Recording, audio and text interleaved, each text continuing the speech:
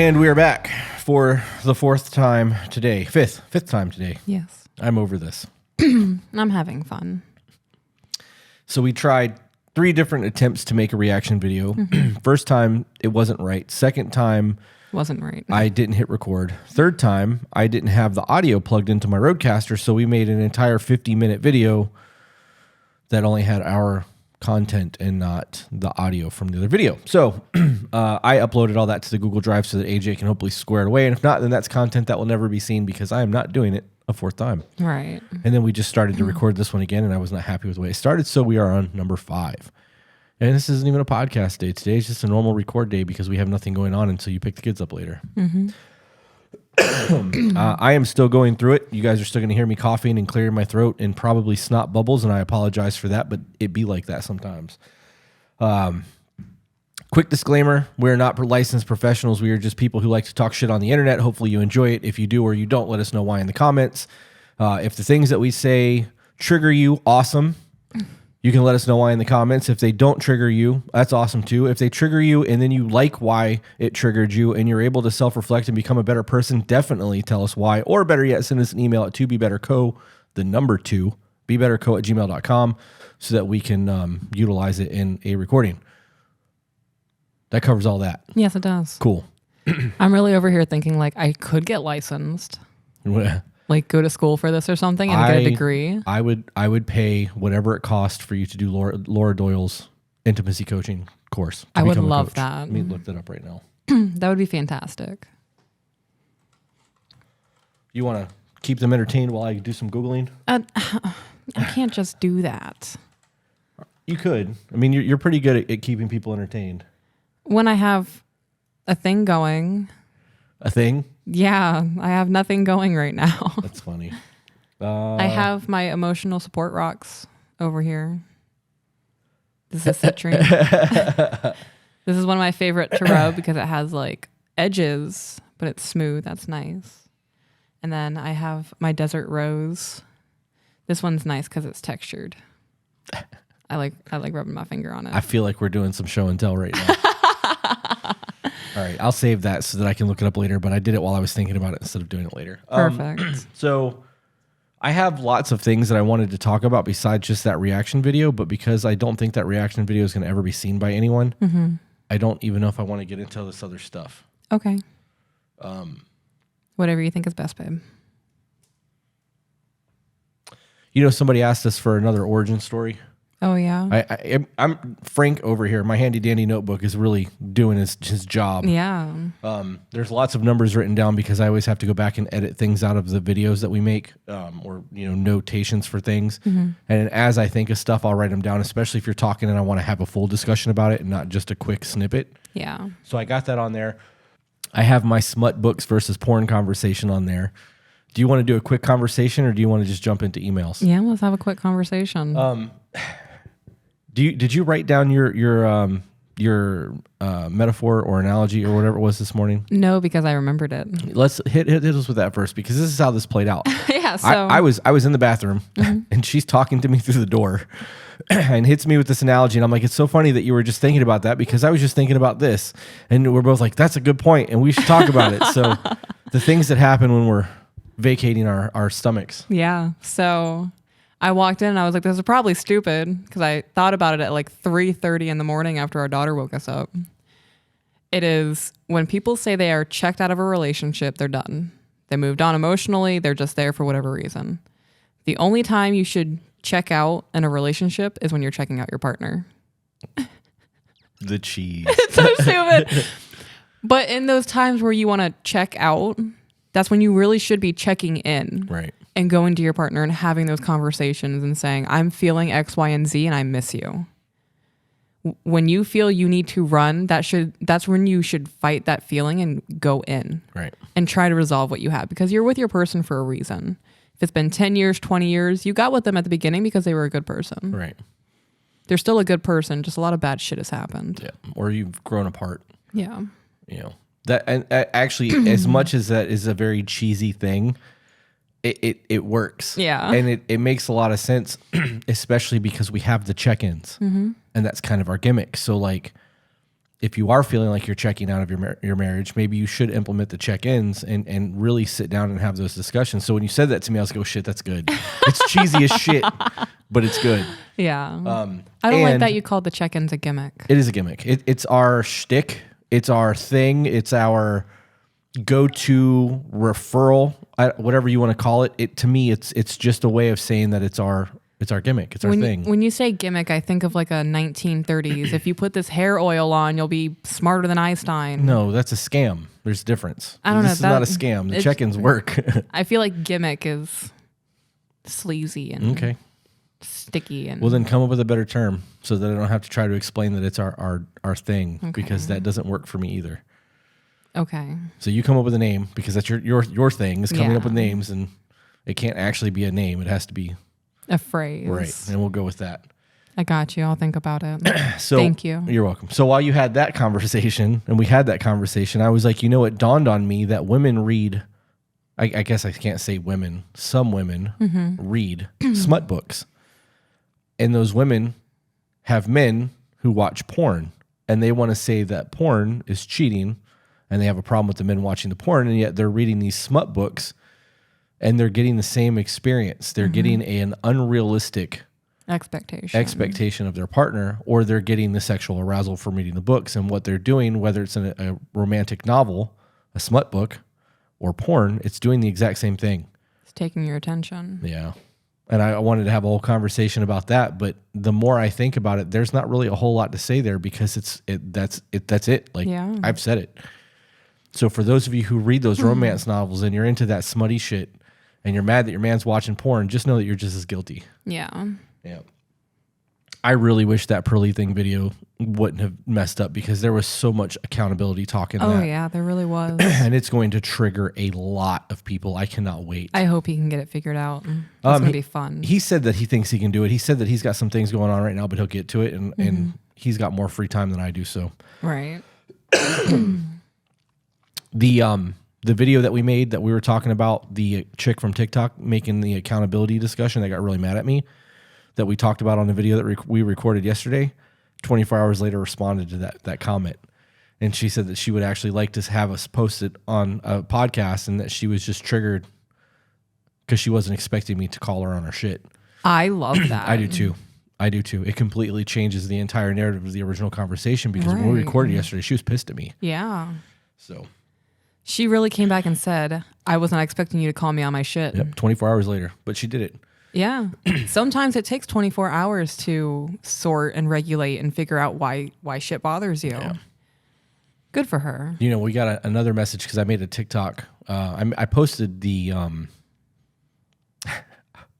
I know it's not the video of you, but that's the first thing I hear. But it's the one where we were talking about, our food's going to get here at some point. I'm going to have to jump up and get it. We were talking about the appreciation and the way that I see your efforts and things like that. And somebody left a comment and was like, I'm giving 100%. My man's not giving me anything. And I made a video off the comment and I was like, I guarantee you're not giving 100 because if you were giving 100, your man would be doing better. You guys feed off each other. The golden rule is treat others how you want to be treated. I guarantee you that you're not giving your man the 100% that you think he is. You need to take accountability, realize that you have flaws and that there's things that you can work on to be better for you because there's nothing that you can do to make your man better. You have to be the best version of you and hope that he's going to do the same thing. And if he's not, and you are now the best version of you, you're going to get a better man. So I made a video that was paraphrasing of all of that. And I had somebody comment and go, this was 100%. This was you speaking to me 100%. And it wasn't. It wasn't anybody that had commented. She was like, and I'm triggered. She's like, but I needed to hear this shit. And I'm like, I love that. You guys are making me want to come back to TikTok. Like, so I don't think I can ever get back on the TikTok train. I don't think I can either. I'm literally using the clips from our content to post and then shitting on people who are making stupid statements. Yeah. And I'm enjoying that because I'm getting to the point where I genuinely don't care. I don't. They could ban my account tomorrow. I don't give a shit. Right. The only thing that would hurt is that I would have to go to my backup account, which has only got like 1,000 followers on it. I'd have to start doing live streams and shit again to build my followers back up. But it would hurt the podcast. It would. And that's the only reason that I even remotely give a shit about TikTok. Yeah. Because the content on there is just toxic. It's bullshit. It's a lot of hate. It's a lot of division. excuse me, we have a very good follower base, but I also know that if I got my account blocked, all it would take was be us making a video together, me going, hey, I have a new account on your page, and I'd hit 100,000 subscribers in like 2 days. That's true. So I'm going to be a dick. People are assholes to me. I'm going to be an asshole back until they give me that, like, this is your warning. You're about to get your account deleted, and then I'll stop for a little while. I have that warning on my account right now. Right now? Yeah. That's funny. That little red warning. Yeah. Huh. I've had that for about a month now. The food is approaching. Okay. I will be right back. So I'm going to continue with my rocks. This is rose quartz. Very nice, very pretty. I like how it's a soft pink. You guys can't really see it because I'm holding it in front of a green hoodie. It's there, I promise. And then I have my amethyst. This one's nice. I think it's nice. You don't have to think it's nice. You can think rocks are stupid. That's cool. Let me know what you think is cool, and I might find it stupid, but I'd still be happy for you. And I actually have a whole box sitting over here of things that I like to keep. And inside of my box, I have like dried rose petals from the flowers that Chris gave me for the first time. Then I got this neat looking thing that has like powder on it. That's cool to touch. My autism enjoys the texture. I'm not really good with knowing all of their names, but they make me happy. This one reminds me of the water in the Keys. That was the only cool thing in the Keys. Yeah. I got this big guy. He's long, lanky. Chris is taking too long and I'm starting to get uncomfortable. You ready? I actually have a question for everyone first. Oh. How many of you have a vision board? And that's a genuine question. Like, you don't actually necessarily have to have a cork board that you can hang shit on, but I have a vision board. We have a cork board that's out there that's been sitting there since before Christmas that I haven't hung yet because I just haven't gotten around to it. I bought a printer so that we could print out all of our shit and do our thing. Mm-hmm. We have a whiteboard that we put important stuff on, and we use the whiteboard to plan and do things like that. But we actually have not implemented our vision board together. And I've always had a vision board. I've had folders saved on my phone as like favorites, and it's all the things that I want, whether it's like a new Audi or if I want a new electric bike or I want to buy a house or whatever it is that I want, I put it on that vision board. And vision boards are supposed to be something that you see every day. Right. So sometimes it's my desktop wallpaper. I'll put 3 or 4 things on there that I want to look at. So every day I know what I'm working for. Mm-hmm. And it dawned on me when I went and grabbed the food just now that cork board is sitting there. And there are a lot of people who want to regain romance in their marriage. And putting that on a vision board that you get to see every day to remind you visually that you need to regain intimacy in your marriage might not be a bad thing. And that's a good idea. To create a vision board based off of your relationship could be a new version of a report card. Because when you sit down and you do your report card, you can go, how much closer or further away are we from the first goal on our vision board? I like that. Yeah.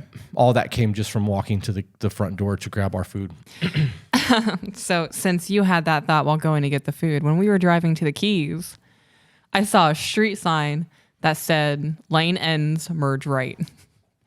And from that, I took, wow, life really just doesn't give us an option sometimes. Whether you're ready or not, you're going to have to merge. And it doesn't matter what your reasoning is for waiting until the last minute. You might not want to be behind somebody that's slower than you're going. You're just going to have to suck it up and get over. I was like, wow, that was profound. So Chris smokes a lot of weed. Did it make sense though? It did. At least I'm smart when I smoke. That's funny. It's medical, guys. It's medicine. I can't believe I just did that laugh on the podcast. Yeah. Yeah. You want to see something really entertaining? What? I could make you Wicked Witch laugh. Don't. Don't. When Chris gets tickled, she becomes the Wicked Witch. Please. Right. Don't ask to see that. I don't want to see that. Are you kidding me? I feel like I go straight like bullfrog and I'm like, I can't. I don't want to see that. What did I just do? Oh, that's funny. So first email says, hey guys, I hope you both are well. This email is going to be 2 parts, question, and then a thank you. First, the context before the question. My fiance and I are both 27 and we've been together since 2019. It's like what, 4 years? Roughly. We have both been divorced, and she has a son that is now 8. We have a son together that will be 3 this March. We have been friends for a while before we started dating, and things were fantastic in the beginning.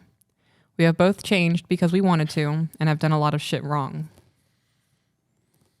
My question is in regards to sex. She has depression, DID, dissociative identity disorder, bipolar anxiety, and ADHD, PCOS, all of which have been clinically diagnosed.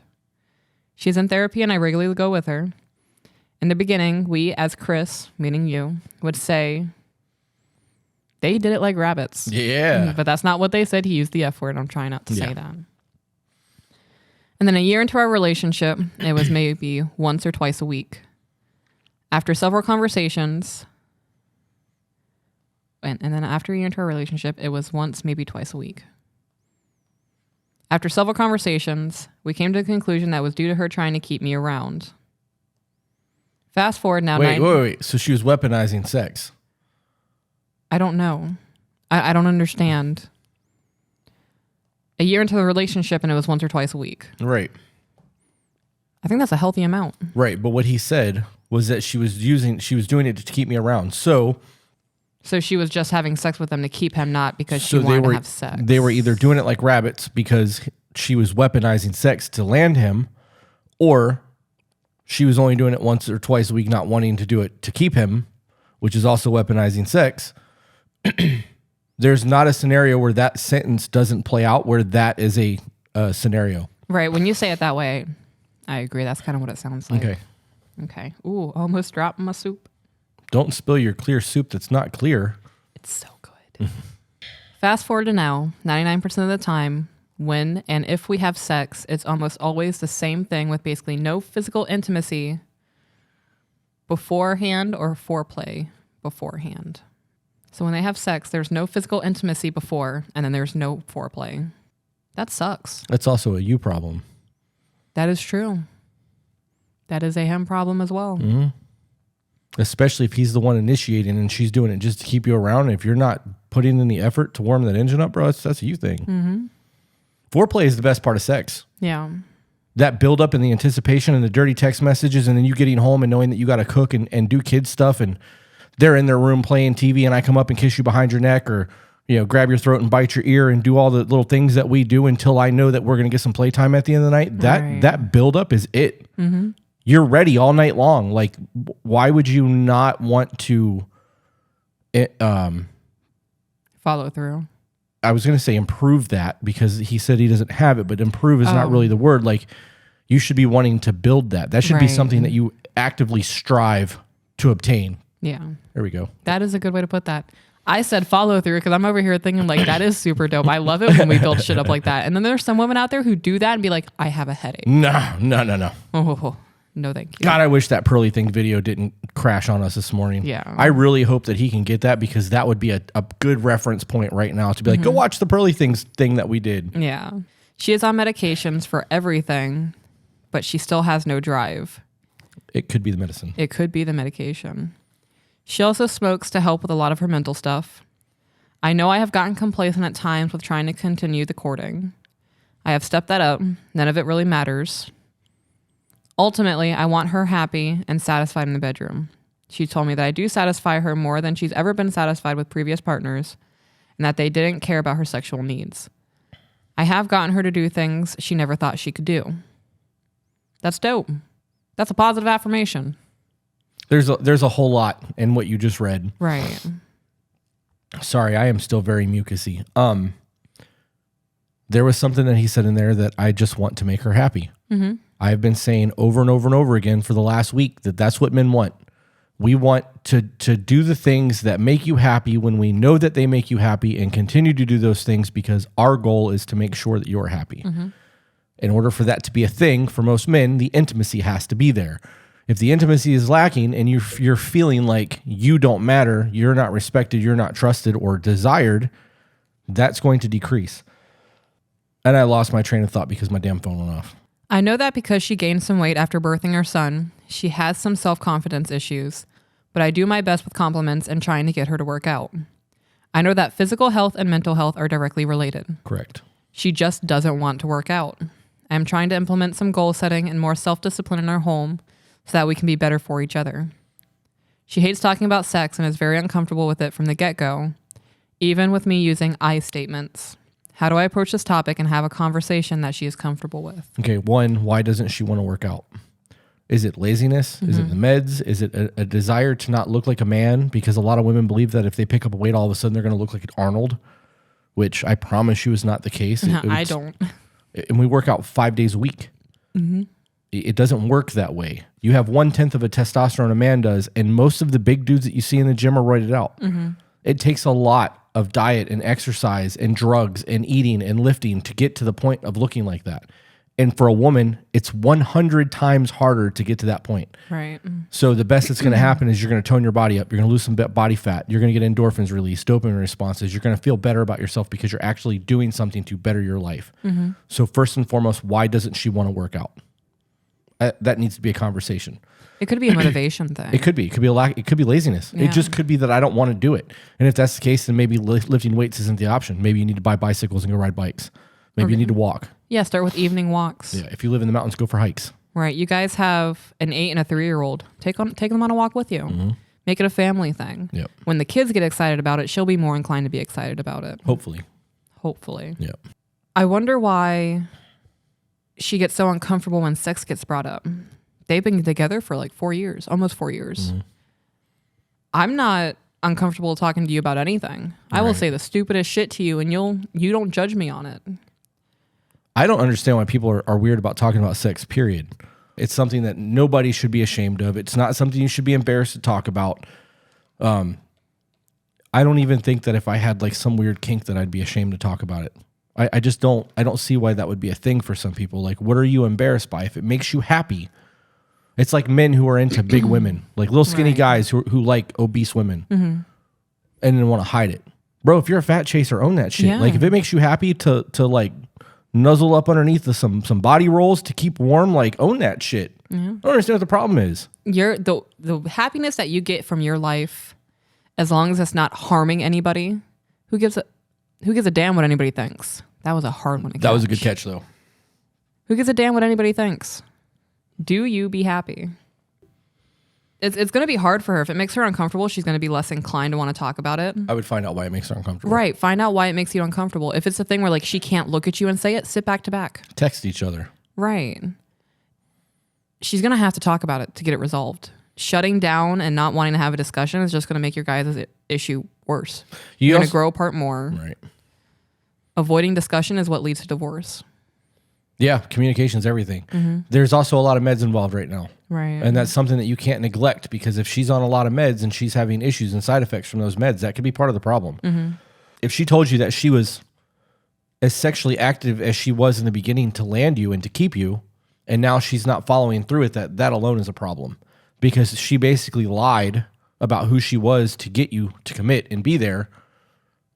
And now you're stuck. That's a red flag to me. That's manipulation. It's manipulation, 100% manipulation. That's a problem. That is a big problem. I know that the communication thing is never fun. No, it's not. Especially when it's something that you know is going to upset your partner or make them uncomfortable, but these conversations have to happen in order for things to be resolved. When a man becomes passive and just lets things go, he becomes a shell of the person he was. That's just the way it is. And that's why women say, when I got with this man, he was the most amazing thing ever, and now he's XYZ. Well, he's XYZ because he's become a shell of who he was because of the things that you're doing in the relationship. Whether he's afraid to talk to you, whether you're mothering him, you're controlling, whatever the case may be, something's happened to make that man passive and not want to engage. Right. Find out what the problem is. That would be my suggestion, to approach it and have a conversation with her where she feels comfortable. Say we don't have to look at each other. We can sit back to back. We can do this over text message. We can sit in different rooms. It has to happen though. Yeah. It can't keep being danced around. And then part 2 of this is a part that I want to thank you guys. You are absolutely awesome. And it's so cool to see real, genuine people having genuine conversations. I have implemented a lot of the things you guys and they have helped. Also Chris, meaning you. I have seen the episode that was hard for you, and I gotta say, man, you are a great guy. Not a good guy, a great one. The fact that you are worried about it means that you are. Thank you for everything y'all do. I hope you guys continue this content, and I hope things continue to get better. that video that he's referring to has helped a lot of people. Yeah. It blows my mind because I was having a very bad episode that day. I know. Yep. I'm glad you posted it. I didn't want to. I know. For those of you who like to see me cry, join our Patreon because it seems like at least once a week a video goes up where I'm over here starting to fall apart because of the conversations that we're having. I think you're also having realizations that now you are in a safe space. And you're not going to be judged for feeling emotion. That's part of it. I think that part of it too is that I'm processing a lot of past trauma still. And there are things that I used to be able to talk about like it was no big deal, but now that I'm a little bit older and reflect on like how bad it's messed me up, or sometimes it's an emotional gratitude. Like when I talked about Danielle and JJ in the religion one, that was a gratitude cry. I wasn't upset because of how bad my life was. Those were happy tears. I just couldn't keep it together. Right. Yeah, it's wild. I'm glad that those videos are helping people. It's hard to be vulnerable like that. It really is. This is set up different than it is on my phone. Yeah. Okay, so this person has sent a couple of emails. As somebody who's been given meds like they were Tic Tacs from doctors, they can really mess with your libido. Something as simple as, oh man, what was that drug that everybody used to take? Everybody was on it. It was for depression. I can't remember what it was, but one of the big side effects was that it would destroy your sex drive. Was it Zoloft? Maybe. I don't know. It was a super Paxil. Is that a drug? I think so. I think it was Paxil. In like the early 2000s, almost everyone I knew was on that shit. And most of the dudes that I knew that were taking it as a mood stabilizer had libido issues. It made it so their willy didn't want to stand at attention. So there's a lot of things that can go into that. And when you're on medicines like that and you're taking multiple medicines, you don't know how they're going to react in each individual person's body. That's why some people have side effects to a drug and others don't. Right. And then you start stacking drugs, you start having chemical reactions in the body. You don't know how that's going to affect people. So in the event that this chick is on 6 different medications because of all the diagnosis she's gotten, that could be a problem. Like, it could be. You know what doesn't do that? Plant medicine. Crazy. Right. So you're telling me that the things that we create in a lab can have a negative effect on our bodies because we don't know what it's doing? Right. And to keep us on it so they can keep making money on selling it to us, something that we can't grow ourselves. And you're also saying that they'll prescribe me a medication that can cause nausea, and they'll have to prescribe me something else to correct that nausea, but that could cause depression. And to fix the depression, they'll prescribe me something that can give me anxiety. It's crazy how that works, isn't it? It's almost like you're a libertarian over there. It's almost like I fixed a lot of my problems with accountability and plant medicine. Marijuana. You ready for the next one? Yeah. Yeah. I hate everything. How do I get to a common ground between my SO and my kids? Rock, paper, scissors. They do enjoy rock, paper, scissors, yeah. She doesn't have kids, so she isn't used to having to have patience. I just need some advice on how to get their relationship better because they fight all the time and I can't handle it. It also puts me in the middle when they fight because I understand both sides. And then you asked for more information. She sent us another email. She actually sent us a couple more emails. She said, we've been together for 2 years and the cause of the fights is her son, who is 7. Okay. He has ADHD and doesn't know how to control his anger. So at 7 years old, they've done nothing to actually work on this kid's behavioral problems. Right. Okay. So ADHD is not an excuse for not being able to control anger. Right. Our son is on the spectrum and he has a hard time regulating his emotions. So when he gets angry, he gets mad fast. And I have to be able to diffuse that real quick. And the way that we've gotten to diffusing a very intense emotion like anger is deep breaths. So once I see him flying off the handle, I tell him deep breath.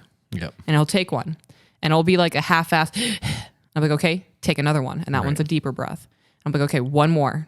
3 in total. Last deep breath is a really good one. And then I ask him, what are you feeling? And that's when he tells me, I'm angry. I'm upset. My feelings are hurt. I'm frustrated. And then I'll ask you, why are you feeling that? And he'll tell me why he's feeling that. And then whatever the resolution is, you dropped it. You just got to pick it up. Right. See how easy that was. That's it. He's 4 and he's learning how to regulate his emotions. Right. That comes, and no offense to this person, but Right. this is something that needs to be addressed to everyone who has children. Mm-hmm. You are your children's protector, provider, and leader. Right. They are going to follow in your footsteps. If they see anger issues, they are going to have anger issues. Generational trauma comes from things being repeated in your life, from your parents to you, and now to your kids. There's no reason for kids to lash out and it be acceptable. It's just not. Behavioral modifications need to happen while children are still developing so they learn what is and is not acceptable. And as somebody who has borderline, I had to learn that shit the hard way. You're autistic. Our son is autistic. We are working on those things super hard. It's not easy, but it's necessary. And he's getting better. It's getting easier. His tantrums would last minutes before. Now it's like maybe 15 seconds until he takes a deep breath. Right. So he screams and he yells, and then her SO screams and yells back to the 7-year-old. I try to intervene and calm the situation down, but I don't know if I can handle it the way my SO wants me to because it causes fights between us. How long have they been together? 2 years. Okay. I'm curious if there was a discussion had at any point what is acceptable in terms of Right. those children. Your kids are yours. I call them our kids. I say my kids because I am in a step parent role and I am helping raise them. But we had very clear conversation about what is and what is not acceptable. Right. And like, I don't discipline unless you ask me, hey, I need you to step in right now and enforce this. Otherwise, I don't do that. The only time I get up is if I can dad voice because they're not listening. My presence, me being there, is enough for them to and do the shit. Or I can dad voice from the other half of the house. I made it. Every time I think about this, all I can think about is dealing with a horse because when young man runs through the house, I go, whoa. Yeah. And oh shit. And he stops. So it's like being on a farm. Right. You got a horse starting to run, you whoa or hoe him. And it jolts them and they're like, oh, okay. They stop. Yeah. First time I did that to him, he cried. Yeah. Because he was not prepared. I dad voiced hard, but it was enough to stop him dead in his tracks. And he started crying. You were like, why are you crying? Yeah. And I scared the shit out of him. Yeah. But now when I woe him, He knows. he stops immediately because he knows that what he's doing is unacceptable. Yeah. And he apologizes. I made this joke before too, but every time I have this conversation, I think of the horse thing, and then I think of Jeff Foxworthy, where he's talking about, he's like, I don't know what that means, but it's the most powerful word in the Southern language because we do that shit and everyone stops what they're doing. Yeah. So stupid. I think the SO's in the wrong. I don't think that, okay, there's a time and a place to dad voice a child, but screaming at them is not the same thing. She's having a full-blown screaming match with a 7-year-old. She or he? Says she. No. So, yeah, she's in the wrong. You're the adult in this situation. When a 7-year-old is screaming at you, you do not scream back to that 7-year-old. Yeah. No. Well, you choke slam him through a coffee table. No, I'm just kidding. I'm going to teach you. You're going to learn today. It sounds like she's trying to control the whole situation because she's trying to deal with the 7-year-old. And then when real mom steps in, biological mom steps in, oh God, so many people can get pissed off. What do you mean real mom? Yeah. The one who gave birth to the child. How pathetic is it that as I a hate species it. we have to have these conversations the way that we have to have them so that people don't get butthurt? I hate it. When I biological... think we should just go ahead and let people get butthurt. Yeah. And then we can rip them apart in the comments. Okay. So when biological mom steps in and tries to handle things and intervene and bring peace, SO gets upset at how she handled the situation. So it sounds like she's trying to control everything in this. The SO is. Right. So first and foremost, there needs to be conversation of what is and what is not acceptable when it comes to the child because the SO is not the mother. Even if they're married Right. and she's a bonus mom now, she's not the mother. Right. You don't get final say. Right. There needs to be a clear understanding of what is and what is not acceptable. And then the two of them need to have a conversation as well about when it's appropriate for the SO to step in because she's not able to handle the scenario. I agree. We know that. Perfect example is I never counted with my kids. Never did I 1, 2, 3 them or 3, 2, 1 them. And you do that. And the first Well, I time, did do that. right? The first time you did it, I just let it ride. Second time, I noticed it was starting to become a thing because they would listen at 1, and you realized they would listen at 1, so they were starting to do the thing. And one day while they were at daycare or school or wherever they were, I was like, hey, when you do that 3, 2, 1, you're giving them 3 opportunities to not listen to you before they have to step up and listen.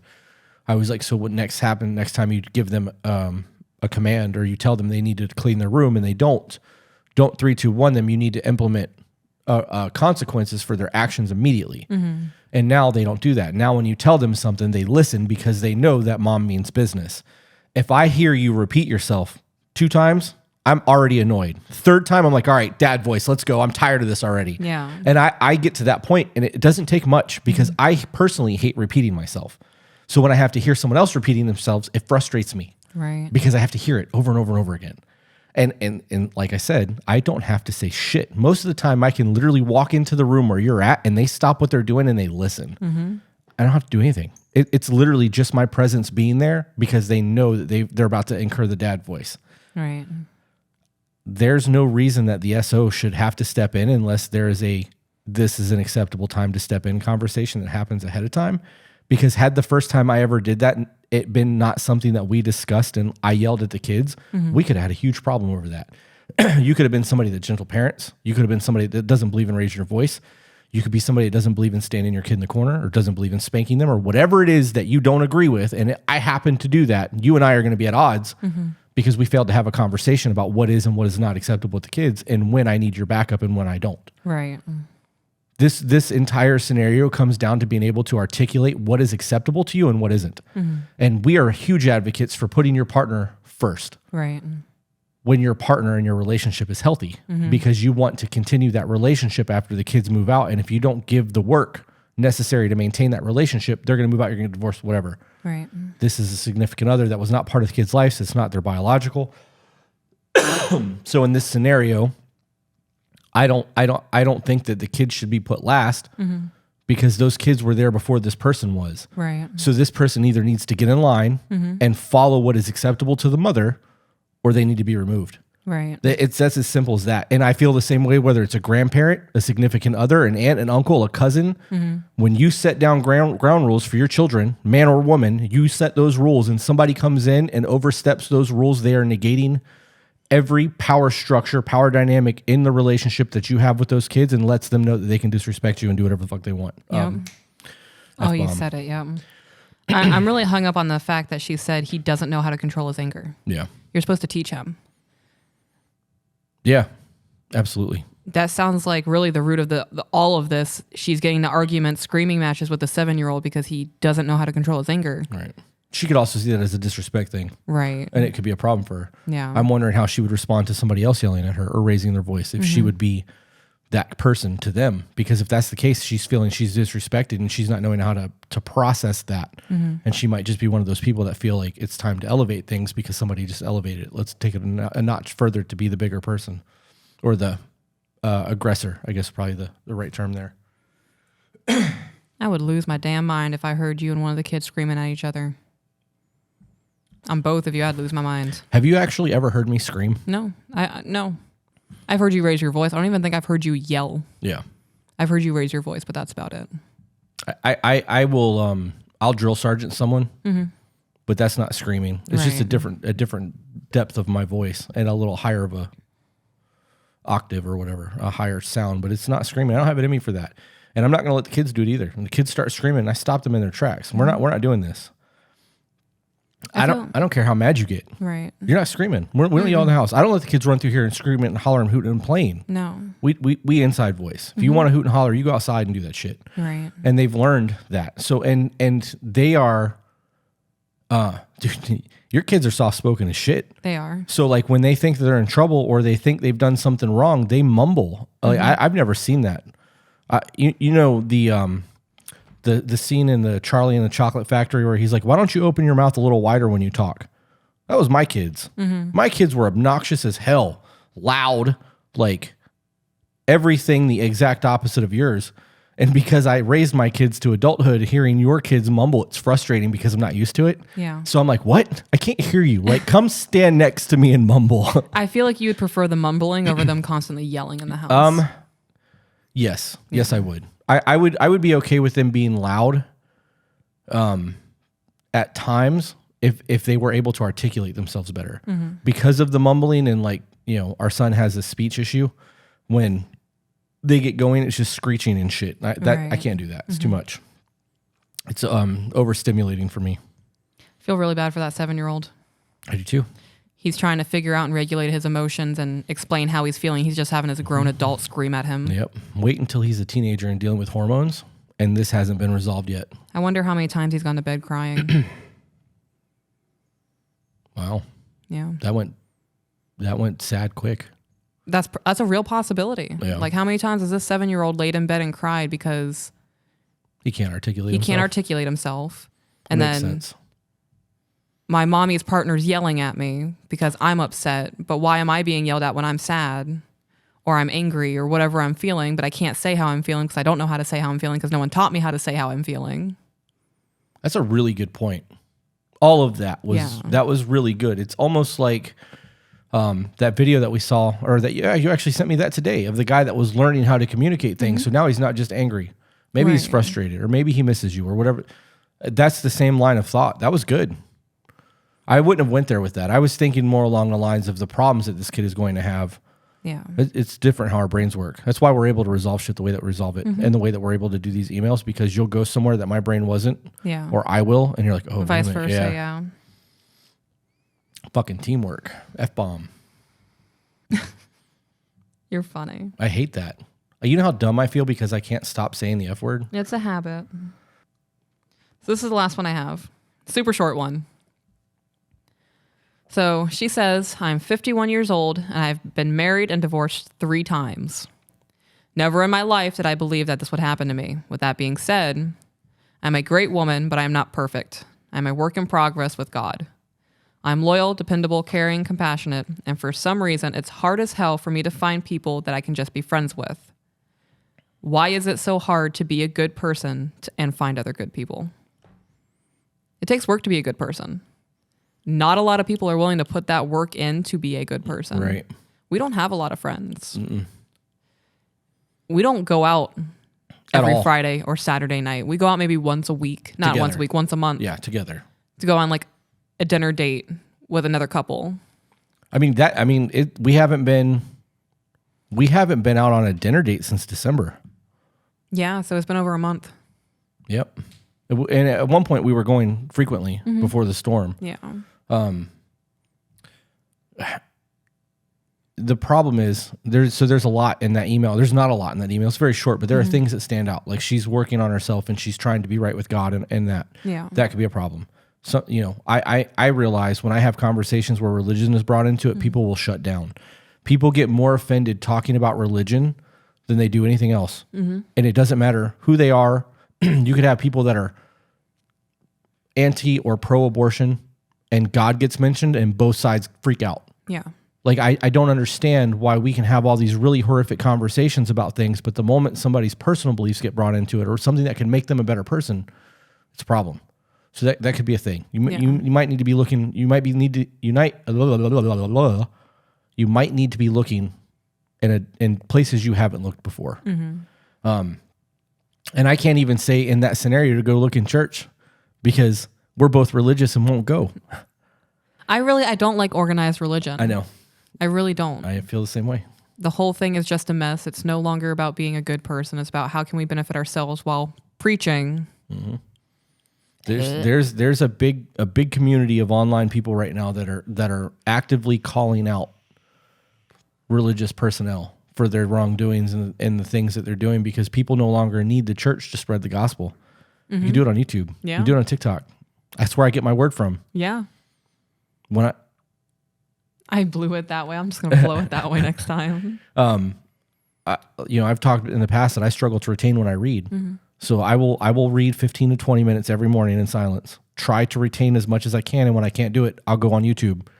And there are a select few people that I enjoy listening to on YouTube, and I'll listen to them on YouTube. Sometimes I get it on TikTok, but I find different ways to get my word, because I don't need to be... there's just a whole lot that I disagree with the church. So we both feel that way.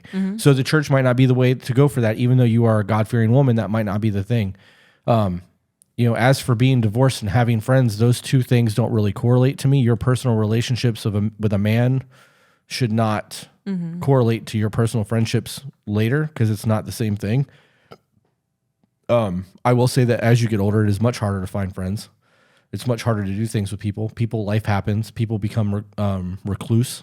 They don't want to go out and do things. We are very blessed in that all of our friends, like our actual friends, are busy as shit. Yeah. So we'll go 2 or 3 weeks before one of us will break radio silence and be like, "Hey, haven't heard from you in a while. Hope life is good." And yep, life is great. We'll see you in a week or two. Yeah, that's it. And that's enough for us because we are busy like the way we are. That's not always acceptable for some people. Some people need that daily interaction. Some people are lonely and just want a best friend. Yeah.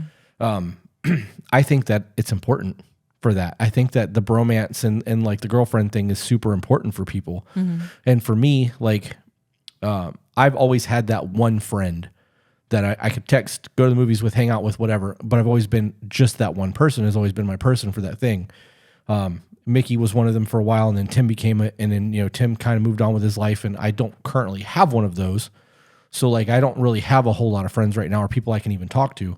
I have people that I'm close to, but I don't divulge my personal life to them anymore because we're not close like that. So it could be that she's missing that companionship that you get from a friend. The reason that people who practice polygamy do what they do, it's because they realize that you get different things from different relationships. Right. So, the way that you are as my woman is not going to be something that I get from another female friend or coworker or something like that. And those people realize that, and they're able to detach from each other mentally and have those relationships and it'll be okay. For me, I would rather have everything that I can't get from you come from a dude, so there's no weird interactions. I don't want to put myself in a position where I'm going to be tempted at all. And it's not a weakness in me thing. The best way to avoid danger is not put yourself in that situation. Right. So it could be that she's just looking for companionship and having a hard time finding a person of quality because she's done all the work on herself and is realizing that people are shit. Yeah, people are shit. I do not have a lot of people that I talk to. No, I know. It's your sister, Jackie, and at times Caitlin when I remind you. Yeah, Jasmine. My mom. But that Jasmine is a bi-proxy thing. Do you think that would still be a friendship after if things fell apart over there? Probably. Really? Yeah. I didn't see that one coming. Yeah, I genuinely enjoy. I didn't see it either. I really didn't. That surprises me. Yeah. Huh. We've been texting probably 2 to 3 times a week. That's funny. Yeah. Crazy. Yeah.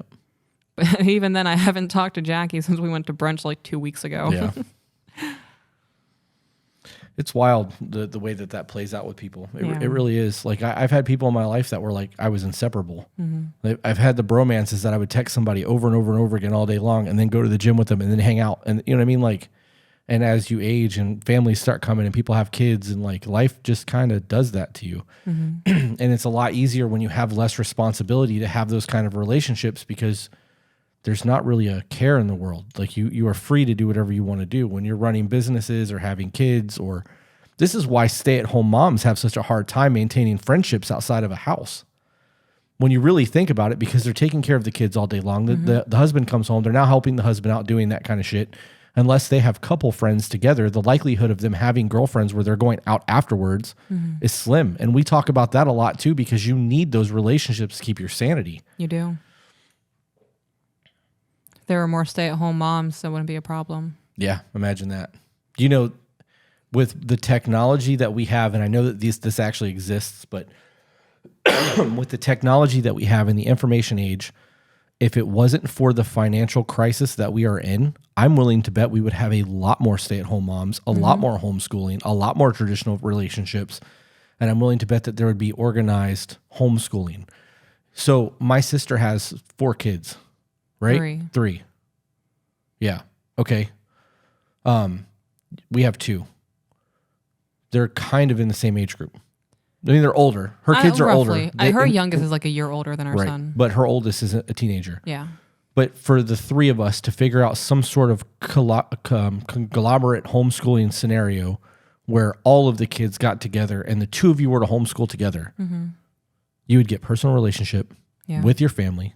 Kids would be able to be around their cousins. Everyone's going to learn at the same pace. Young kids who are not as advanced as the older kids are going to pick up information that's being taught to the older kids because it's happening there. There's not going to be a social awkwardness because you were interacting with people. There's a whole lot of benefits that could be had if 3 women were able to homeschool 6 kids. I would love to do that. Yeah. That'd be so dope. You know, if we ever move to Tennessee, it's a possibility because Amy homeschools. I would love that. Yep. I'm a huge advocate for that. I think that the government-ran public school systems is a shit show. I concur. I concur, nurse. How far into it are we? We're 38 minutes now and 16 minutes or something before, so like an hour. You want to do one more and then call it? Because we're backlogged as hell right now. Yep. So this one just came in, so I'm going to read it. Okay. Because I only had the 3 picked out. It says, I'm currently listening to your podcast right now, and I want to take a moment to thank you both for what you're doing. That's crazy because we're currently recording something right now while you're sending us an email. It's like it's meant to be. It is nice to listen to both sides of an issue and get both perspectives. Now on to the issue at hand, and I apologize this will be so long. So I don't know if this is a man or a woman. You've sent like maybe 4 paragraphs. We have received novels. Yeah, 9,000 words. Over 9,000 words was the long one. So never apologize for a long email. Should I email disclaimer real quick? So when you send us an email, there are things that we look for. Mm-hmm. If you send us a 1 or 2 paragraph email, chances are it's not going to get read. We're going to just skim over it because there's not enough detail there for us to have a conversation. Mm-hmm. If you send us a 10 paragraph email that's 5,000 words and it's you shitting on your partner the entire time and we read the email, we're going to tell you that you're the problem because you're shitting on your partner and not taking accountability for what's happening. Mm-hmm. So when you send us an email, we need both sides of the story. Even if you can't put yourself in your partner's position to tell his side or her side of the story, try. Because in doing so, you're gonna take accountability and be like, oh shit, I did this, I did that, I do this. And then if you miss that and we go, you're not communicating with your partner, this is where you need to work on you so that they can do this, you're going to level up from it. Yep. Taking accountability is not a bad thing. Give us all the details. Age, how long you've been together, all of it. I need to know everything. The more details that we have about a scenario, the easier it is to figure out what's going on. Like that last person that sent us an email that had only been together for 2 years. If they would have not sent that information, we could have assumed that they were new in a relationship or 20 years together, and that would have changed the entire conversation had we had to assume one or the other. Right. You have to give us details. And if you do want to email us the number 2 BeBetterCo@gmail.com. Look at you. Yeah. I'll even put a link in the description. Ooh, love that. Teamwork. Get it. I have been with my husband going on 13 years and married for going on 11. We were both in our early 20s. I said it as we are in. I was like, wow. Okay, but we were both in our very early 20s when we got married. We are now 32 and 33 years old with 2 children. In the beginning of the relationship, we were right for each other. That's a very telling sentence.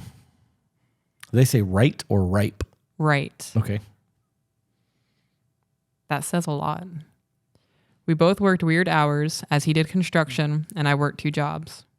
We spent our free time together and everything was good. However, we did not actually date.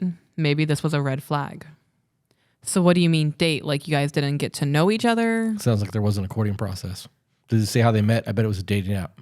It doesn't say. It sounds to me when they say that they met and just started fooling around and it became a thing. Right, that's what I'm hearing. So anytime you guys send an email and that's what you type out, just know that that's how we're taking that shit, unless you give us details. Mm-hmm. A few years go by and we have a family and a new home. I started to ask for him to spend more time with us as he worked long hours and 6 days a week. He would always tell me that bills needed to be paid, and I get that. But providing for a family is more than just being there financially. Okay, so he's working long hours 6 days a week. Are you still working? If you're not working, he is now supporting 2 adults and 2 children on solely his shoulders. Right. I understand the want to have him there physically to be present. Maybe when he gets off of work, he makes it a point to help with dinner or he plays with the kids, whatever needs to be done. Complaining to your man that he works too much providing the lifestyle you two have is going to push him away. Preach. So I was actually going to say that. Yeah. Because I was going to ask, were you complaining to him that you want him to spend more time with you and the kids? Or did you say, I would love it if you could spend it, every Sunday, every other Sunday we go to breakfast, go fishing, Right. whatever. Because there's a very different conversation that's had when you say you don't spend enough time with the kids versus I love it when you're with the kids. If you could do something with them next Sunday, that would be amazing. It would make me so happy to see you interacting with the children. That's all it takes. He's going to go, oh shit, it's going to make her happy if I take the kids to breakfast. I'm going to do that. She's going to be happy. It all comes down to the delivery and understanding how to talk to your partner. Another thing that needs to be said there was that statement about the kids only, or did it say with the family? Because in that scenario, it could be that she feels neglected because intimacy isn't there. And instead of being able to articulate that, she's feeling that he's not at home enough versus her not feeling the intimacy that she was once feeling with the man. It could be that because she did say with us. Okay. She didn't say either her or the kids specifically. She said us. So let's see. Ladies, you guys don't understand how simple it is. How truly simple it is to get us to do what you want us to do. It's really the easiest thing. We have split time with the kids. Kids are with their dad half the week. We get them half the week. And with me going back to work, I don't have the weekends to spend with the kids anymore. So I came to you today and I said, I want to take the kids to the beach after I pick them up from school. I'm not going to have time to cook dinner. I want to order dinner. Right. I told you what I wanted. Yep. You told me what you wanted. And you said, okay. Yeah. Because you weren't making me guess. Right. You weren't hemming and hawing. You weren't beating around the bush. You weren't like, thinking maybe I'll take the kids out tonight and then maybe we can DoorDash and like being indecisive. You were very decisive. I want to take the kids to the beach. I would like to DoorDash dinner. I'll be home at 5:00. Dope. Have a good time, babe. I want you to have fun. Go live your best life. And there was no unnecessary information. It wasn't, I feel bad that I can't see the kids on the weekend, so I don't have enough time with them. So I think I'm going to pick them up early today. Right. And because I'm picking them up early today, I'm not going to have time to make dinner. So I'm worried about dinner and I don't know what I'm going to do. No. Doing that gives him the opportunity to tell you no. It also gives the opportunity to shut our brain off. We don't want to hear all that shit. Right. But you're giving him the decision on something that you want to do. Yep. He doesn't care. If you want to take the kids somewhere and go do something, tell him you want to do that. He's going to say, okay, have fun. And if you want him to go, right, just I would say, really appreciate it if you came with us. It's not you never go with us. Like, why would you do this? Right. You're neglecting your family. I can't believe you choose work over us. Yep. Because that changes the entire conversation. It does. To control and nagging. And these are obviously made up scenarios. We're not saying that you do this to him, but these are things that we see constantly in the emails and the conversations that we have with people. It's things we've observed in life as well. I've seen couples in public have conversations like that. I'm like, damn, like if you just worded that differently, or if maybe if you were a little bit nicer to your husband. You know how hard it is for me to bite my tongue when Republicans that shit happens. It makes me want to walk up there. I need to get business cards. I really do, and be like, hey guys, I'm a life coach that works specifically on communication. Here's my business card. You can check out my podcast. If you would have just worded that as this, he would have agreed to you. You would have won that argument and then just walk away. I love that. People are like, what just happened? I want to do that. Let's get business cards. I would love to do that. And then they're going to check us out because they're so angry that we interrupted their conversation. Like, who the hell do they think they are? And then they're going to watch our stuff and be like, damn, they know who they are. Don't even give them a chance to reply. Hand them the business card, say your shit, and walk away before they could say anything. I have a really hard time controlling my face when it comes to certain situations. And like when I hear people going at it in public, I'm like, yeah, that's hard. That's funny. It's hard to bite my tongue. You suck at communicating. Here's a business card. Damn it. I walk over to her, give her one. You really want to get what you want out of your husband? Go to my YouTube channel. That's all I got to say. You mean I can get whatever I want? I'm going to say it in front of him too, so he's going to get angry and they're going to check it out together. And he'll be like, damn, she was right. That is how she gets whatever she wants from me. You know, the funny thing is when people understand what it is that we're saying, shitty women will manipulate men with exactly the tools that we're giving them because men truly just want to see their women happy.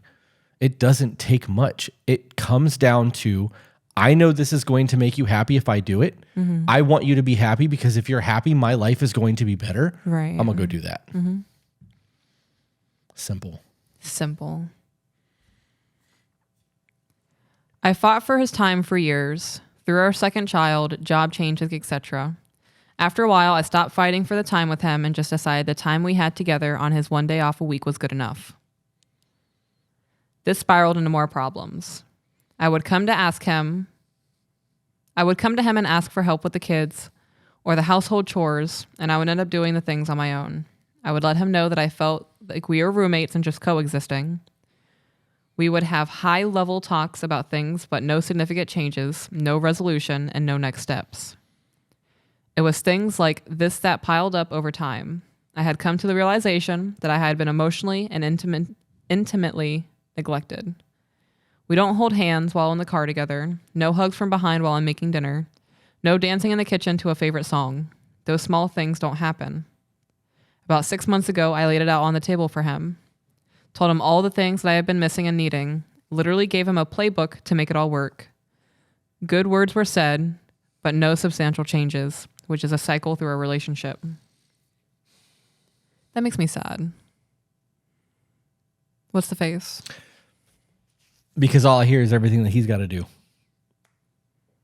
I'm not hearing any I'm making changes. I'm working on the communication. I'm now holding his hand in the car instead of waiting for him to hold mine. Mm-hmm. Somebody has to be the bigger person. If he feels disrespected, neglected, not loved, like he's simply nothing more than a paycheck or whatever it is that he's going through, right? Just telling him that you want more is not going to be enough to make those changes. You have to be part of the change. They're in the roommate phase. Mm-hmm. Roommate phase means there's no intimacy, sexually or otherwise. Right. If that was the case, they would not be in the roommate phase. Mm-hmm. Both parties have to take steps to change that. The communication is a big part of it. You've laid out what you expect of him and what you want, and you told him, hopefully you told him what you wanted, not hemming and hawing and beating around the bush about things that could potentially make you happy, like the discussion we had a minute ago. Hopefully you told him, I would like you to touch my butt every once in a while when you walk by. Mm-hmm. And then you, after you tell him that, start doing things like trying to hold his hand while you're driving. Mm-hmm. I'm a big guy, right? So I have multiple vehicles, but if we're in my car, because it's a 2-seater and it's very small, there's no choice but for you to touch me or for me to touch you, because if my arm is on the armrest, it's taking up the whole damn armrest. So when we're in the car, you underhook my arm and wrap your arm around and you hold on to my arm. Yeah. And that's a form of intimacy. Even if I'm not touching you, my hand could be on the gear shifter. That's where your arm is. That's a decision you make. Yeah. And when we're driving long distance and we're in the truck and we've got all that room in there, and I don't feel that, I'm like, whoa, wait, bitch. Yeah. And I'll reach over there and I'll grab a leg or I'll hold the hand or I'll make you hold my damn arm. Right. Because I want that intimacy. Yeah. And the difference is you do it when you want it and I do it when I want it, but we both know that we want it. Yeah. Doesn't mean that we're always thinking about it. We could be talking about mob boss alligators while you're smoking, or we could be having a religious conversation and we're engaged in that. And because of that, we're not giving each other the intimacy. I could be stressed out about business and having a complete meltdown. That arm going around my arm, under my armpit and around my elbow is enough to calm me a lot of the times. And you do it subconsciously because you want that intimacy, but it's a want from both of us. Yeah. If I'm stressed out about work all the time, I feel like a provider only, a paycheck. I feel like I'm not quite leading my family, doing what I need to be doing as a man. That's a me problem. And you go, he never touches my leg when he drives. I'm not holding his damn arm anymore until he reaches over there and touches my leg. You just made the choice to kill intimacy. Yep. There are even times where we're in the car and like I'll sit there and I'll have a thought be like, he's not holding my leg. Why isn't he holding my leg? And I catch myself, I'm like, that's a stupid thought. Hold his arm. Yep. In those moments where I want you to touch me, it doesn't matter what the scenario is. We could be sitting on the couch and I'm cocooned under my blanket. And if I think of, I wish he was touching me right now, I'd be like, damn, he's probably thinking the same thing. Yep. I'm going to touch you. And then there are times where like, I'll put my hand, either I'll wrap my hand around your arm like you said, or I'll put my hand on the top of your thigh and you'll grab my hand while it's on top of yours. That's it. We're on the couch. Because of the way we sit on the couch, your feet go on the pedestal, which is my lap. And in the event that I sit down and your feet don't touch my body in some way, shape, or form, I will reach over and grab your feet and pull your ass over there and put them where they belong. And I can play on my phone or watch TV and completely ignore the rest of the evening because we're making physical contact at that point. It's expected. And when it's not happening because you're feeling whatever you're feeling or I'm feeling whatever I'm feeling, one of us catches it and engages that. It's not a matter of Why am I always the one doing these things? Right. Doesn't matter if you're the one always doing it. It's happening. You're maintaining that intimacy. It may suck to be the bigger person all the time, but if you make the decision not to do it, you're going to lose that altogether. Right. And if that is the case, having the conversation like, hey, next time we sit down, I would like you to hold my leg instead of me holding your arm. I'm going to try to remember that. So the next time we sit down, I do that for you. Right. It doesn't take much. That's all it takes. And something important to think about, like you said, when you're super stressed out and you have all that stuff going on in your mind, the last thing you're going to think about is putting your hand on my thigh because you're worried about making money work. Yep. So you have to keep in mind, your man is a human being and he has a lot of stress on his shoulders. You might think that him going to work and sitting on his ass all day is easy. It's not. Right. He has to worry about making sure you're fed, the kids are fed, the kids have what they need, you have what you need, you rent's paid, mortgage paid, insurance is taken care of, all of that. Sometimes you just have to initiate it. It's hard. Life is hard. And forgetting to grab your hand in the car or forgetting to hold the door open, I would hate to be berated over that because I slipped up. Now, this is a repetitive pattern. Right. If it's something that used to happen, like I said, I can't remember if it was this one or the other one where I said it. If we go 2 days without you touch me or something, the world is ending. Yeah. Like, That's a problem. What can I do to remedy this? Sometimes you're just going through it. Your BPD flares up and you're struggling to survive. And I'm not going to bother you with, you didn't hold my hip last night when we were laying in bed. Do you not love me anymore? Right. I recognize you're going through things. But when a day or two goes by, I take it upon myself to say, hey, I know you're going through it. I've noticed like we haven't been super intimate the last 2 days. Is it something going on with us? Right. Like, are you upset with me? Are you frustrated with me? Are you trying to find a way to tell me something? And that kind of opens the door to resolve anything that could be going on. Right. It doesn't take much to not let things die. That can also resolve the situation though.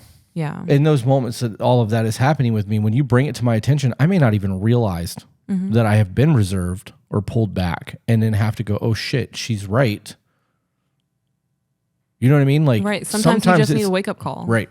And there's nothing wrong with that as long as you deliver it in a proper manner. Right. There's also a scenario, just because I'm trying to cover all the bases, where women get touched out. She said she's got 2 kids. And if she's a stay-at-home, which it doesn't say whether or not she's working or not, and if it does, I don't remember. But if she's a stay-at-home and dealing with those 2 kids, and he's working long hours, and she's dealing with the kids constantly, by the time she comes home, she might be... She works from home. Okay.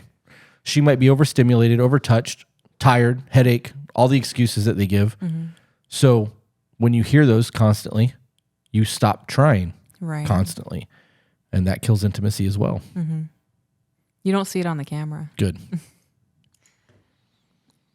Yeah, with what you just said, that when you hear it constantly, they just stop trying. I'll try something 3 times. After that 3rd time, if it's a definitive no, I'm not doing it again. There are times where, this is going to sound super shitty. I mean, I don't find it shitty. I just find it, I'm your wife. And with being your wife, you don't get intimacy anywhere else. So even if I am touched out, I'm going to hug you. Right. I don't care how exhausted I am. If we haven't had sex in 3 days, I'm going to have sex with you. Even if you don't want it going into it, that doesn't mean you're not going to end up wanting it when you get into it. According, that's coercion. According to the internet, that's coercion. And it's technically, I think that people now are saying that it's marital rape to coerce your woman into doing it with you if you are not in the mood, or if the woman's not in the mood and you are.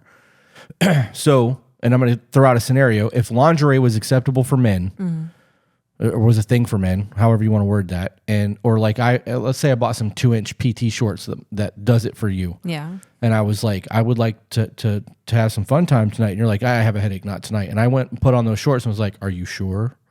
And you were like, okay, let's do it. That's coercion. Are you serious? Yeah. No way. The way that people are reacting to the things that go on in a marriage and like what is and what is not acceptable is bullshit to me. When you agree to marry somebody, you have a duty to them. Right. Both sides of the fence. You are to honor those duties. Whether you are in the mood or you have a headache or not, you can have a conversation about it if you're really not in the mood and prolong it. Right. But you don't put that shit off for 2 months and then wonder why intimacy is gone. That whole scenario, and like, I understand marital rape. Like, rape is rape. Right. That's a problem. But if you're not physically attracted to your partner anymore and you're not into them, or your sex life is gone for whatever the reason is, end it. or let them have somebody on the side. Yeah. And if you're not willing to do one or the other, you don't deserve that person anymore. I agree. And I don't give a fuck if you disagree with me in the comments. Ooh, I like how you pushed your microphone away. I was taking energy drink. That was nice. You're so aggressive. I'm over that shit. I'm so over all the stupidity that comes along. Yeah. Refer back to my message I sent you earlier. Yeah. It doesn't take much for you, does it? I'm going to get those PT shorts and just walk through the house one day and coerce you into sleeping with me. Do you promise? I mean, coercion, dating, sexy time. I want the shorts. That's gross. You've made like 3 jokes about it now, I know, so I feel like I know it does it for you. This is what are they? well, I've noticed something with you. What's that? When you talk about one subject more than once in regards to buying the something, you get more serious about it every time you talk about it. This is me building anticipation. So in the event that I ever walk out in some 2-inch PT shorts, I'm gonna die. looking like the Swede from Heartbreak Ridge, all jacked with the little tiny shorts. Your thighs look really good. You're gonna have to get like a defibrillator on Amazon or something. Yeah. Have EMTs waiting outside. Guys, I need you here just in case she dies during sexy time. Not even that. I'm gonna see your butt in those shorts, and my heart's gonna stop. We are so stupid. I'm getting palpitations. Wow. Do you make it? It's getting hot. Do I need to take my hoodie off? Oh Lord. I'm legit sweating right now. I want the shorts. Oh man. Ooh, can they be like a dark green, like a OD green? I don't know. Olive. Dark olive, yeah. OD. Yes. Olive drab. Yeah. OD green. With like black stripes on the side. I don't know about all that. I don't know if I can find that specific pair of shorts. I can make it. I'm sure you can. Why don't I just buy a kilt? Are you serious? I mean, I had one. I actually had my tartan and everything at one point. And you don't have it now. Because I don't hold on to things. When I'm done with things, they get thrown out or donated. I'm not a collector. I don't hold on to things that don't get used more than 6 months besides tools. I want to see you in a kilt. Yeah. Okay. We just really derailed that whole thing. We really did, yeah. So getting back to this, she did say that she told him, I feel like we're roommates.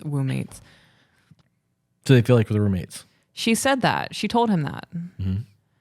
She didn't say how she said it, but I feel like that's a very direct way of saying we're not intimate anymore. Right. I need intimacy. We're roommates. So acknowledging the fact that that's a problem is a good thing. Trying to address it in communication is a good thing.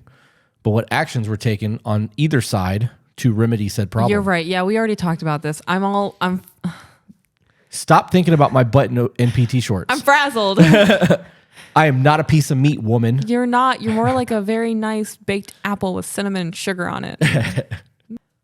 So getting back into the email. No resolution. So we don't hold hands in the car. Small things don't happen. About 6 months ago, I laid it out on the table for him. Told him all the things I've been missing and needing. Literally giving him a playbook. No substantial changes. We read that part. In October, he got sick and has been in and out of the hospital. While in the hospital, my workload didn't change. I took care of the kids, ran the household, and took care of my husband while in the hospital and while he was home. We had a few talks throughout this, but still my needs were not being met. While I know that some things have to be put on hold, something I asked for was to be complimented, called beautiful, as this was something I was not getting. I offered up therapy for us. I have been in therapy for myself for years, and he has turned it down. I have asked for couples counseling several times during our marriage, and each time he told me it was pointless. All right, so let's pause right there because I have a whole lot I want to address in this. Okay. Couples counseling does not necessarily mean that you are going to be successful. Right. If you are taking relationship advice from somebody who doesn't have a good relationship, that's a problem. I feel the way I feel about therapists. There are good ones out there and there are bad ones out there, but I believe overall they genuinely want to help people. So therapy as a couple or as an individual could be beneficial. I'm not saying that it's not. Right. Couples counseling may not be beneficial either. If he's not willing to compliment you, there's a bigger issue happening. Yeah. When was the last time you complimented him? That could be a part of it too. I'm willing to bet he's viewing her as his mother because of the complaining and the happiness, and men are not attracted to their moms. Right. If you are treating him as a mom, he's not going to reciprocate and give you the things that you want to give. If you treated me like a mother and bitched and complained and nagged at me and tried to control my life and dictated my every action, do you think I'd be like, damn, babe, you look so good? I'd be like, I got to get out of here before this bitch starts nagging. Like, I don't want to hear this shit. I'm out. Like, I'm going. Yeah, I'd expect you to be gone at that point. Yeah. Yeah. Intimacy controls everything in the house, and it starts with the woman. It begins and ends with it begins and ends, or lives and dies with the woman. Yeah. I'm not saying that it's always the woman's fault, because men can be pieces of shit, but women actively control the house. Your efforts and the things that you do in the home is going to dictate the outcome you get with your man. That's just the way it is. Yeah. If you have, the saying is happy wife, happy life. People are now saying happy spouse, happy house because it's supposed to be a two-way thing. Right. But when the woman is happy in the home and intimacy is there, everything is perfectly fine. The moment things start changing, whether I almost threw somebody under the bus, but I should not have done that. We have somebody that we know that openly admitted that when they moved in together, she picked up all of the roles and started overperforming household duties and just assuming everything. There's never a conversation had. She just did those things. And now, umpteen years later, those things are becoming an issue because she's overworked, tired, and doesn't want to be responsible for that anymore. Now there's conversations that have to be had to remedy that situation. Those situations where she feels like the mom doing too much, overexhausted, doesn't want to deal with this shit anymore, and the man is passive because she's been leading. That's exactly why I said when a woman is in her masculine, she's going to constantly be challenging her man. Yep. And there's only going to be one dominant masculine force in the house. Yes, absolutely. You can't have two people leading in a dance. It doesn't work that way. Oh, God. So many women are going to get upset at that statement. I don't give a shit at there this can only point. be one masculine person and it has to be the man. No, it doesn't have to be the man. And if you're going to be the masculine person in the household, then you have to accept that you're taking on that role and you can't bitch about it. That's it. If that's what you want to be, then be that. Right, but don't complain about it. Yep. You're choosing to take on that role to be the masculine figure in the household. So you can't be upset when he's passive because you're the final decision maker. Yep. You've made yourself the final decision maker. You can't complain about being the final decision maker when you did not trust him to make the final decisions. How crazy is it to me that when people get into relationships, that's not a thing. Two people are living individual lives. They get together and they think that things are going to be a certain way, and one person has a hard time giving up anything and becomes that overpowering force, and the other person just goes, okay, whatever, and just lives with it. Yeah. Instead of going, hey, I still need my independence, or hey, I should be the one that's leading this household, or hey, I'm not okay with whatever you're doing. Okay. And then becomes that shell. Right. It's wild to me. I've learned so much over the last 3 months from all the shit that we're reading that it's changed my entire outlook on people's relationships, our relationships, my own behavior, that the perspective that I have now has changed my entire life. Yeah. It's wild to me. I don't look at anything the same as I did 3 months ago. And when people that I know that I have not interacted with in a while sees the podcast, they're like, what happened to you? Like, how did you learn all of this? What happened to, the last 6 years of your life? Dude, I'm changing. Like, I'm doing the work. I don't want to be that guy. I was that guy 6 years ago. Why would I want to be him now? Right. Like, I don't know. It's crazy to me to have people reaching out saying that you're different. Yeah, it happens all the time. I mean, you've seen it. We've had people at dinner be like, who the hell is this guy? Why are you smiling so much? Stop it. Right. Yeah. Life is better because I made a decision. I've had people actually cut me out of their life because of the way that I'm progressing in my growth. That's because people don't like to see other people level up. It makes them feel bad about their inability or their lack of desire. So before I get reading onto this, I'm going to highly recommend that this woman read Laura Doyle's books. Which one? The Surrendered Wife and The Empowered Wife. Yeah. Those two go hand in hand. That woman is gangster She with is what she smart. does. Yeah. I love her. If I had the patience to write a book, I would do it. Kudos to her. I don't have that She's patience. written a few of them now. That's actually one of the questions when I pulled up that course earlier for you to take that coaching class, because I'm gonna pay for that when we get off here. I'm gonna fill all that shit out. She actually asks if you listen to The Empowered Wife, because it's an Audible book. Yeah. I don't know. I would love to get her on the podcast. I That would would be love, dope. you know how awesome it would be if I could just be like, hey, what is your like 2-hour fee to come on the podcast and answer emails with us? Because she's going to hit points that we both haven't hit, Right. because we're not as far along and educated as she is. That's going to make us look stupid. And I would love that, because I'm going to learn from it. I'll just say I would love that too, because I'm a learner. Progress. So before I get on into the next part, so she requested couples counseling. Told her it was pointless. I have been asking for changes. No, not asking, begging. Talking to him about how I was lonely, tired, depressed, and all around unhappy about how things have been going. In the next paragraph, she describes an argument. I agree this whole thing is centered around her. What has he asked you to do to change so he's now happy as well? You're both miserable. All I'm hearing is that you're lonely, you're tired, you're depressed, and you're unhappy. What are his feelings? That's a good point. That's a very good point. Did you ask him what his feelings are? Has he ever stated them? I'm willing to bet they've never implemented a check-in. Yeah. Do the report cards. Go Yeah. to our YouTube channel and look at the report card. It gives you a whole bunch of tips on communication too, because honestly, I feel like you both need it. It sounds to me like what you're explaining is to you that you're explaining to him what you need. And on his ears, I'm willing to bet it sounds like complaining, and he's not doing enough, and he's the problem, Right. which is making him want to shut down or tell you what you want to hear, even though he has no intention of changing, because you're shitting on him in his view. We could really make so much money doing couples counseling. Yeah, I mean, you get that coaching license, we no longer have to do the licensed professional shit, because you'll be a coach. That's crazy. We won't even need a disclaimer. 'Cause I'm a I coach. could be like, welcome to our podcast. We are the Chris's. My wife's a badass. I could do that anyways, but I was about to say I am already a badass, but that made me feel really good. I'm actually really excited about that coaching class. I feel like that's a level up for me. yeah. Yep. And I'll buy Proxy Learn, because I'll make you read all the courses out loud so I can retain it. Yeah, I'll gladly do that, because I know you enjoy listening to my voice. I do. So does everybody else on here. People have actually commented, I would love to hear her read this book. I don't think we can do that. We might be able to on Patreon. It's copyright infringement, but we could probably do it and get away with it. Yeah. I mean, it's illegal. What if I paraphrase? What if we email Laura and just be like, hey, we have a Patreon group. They're really interested in my wife and her ASMR voice reading your book. My ASMR voice. I feel like Barry White over here. Me and my sultry peanut butter silk voice.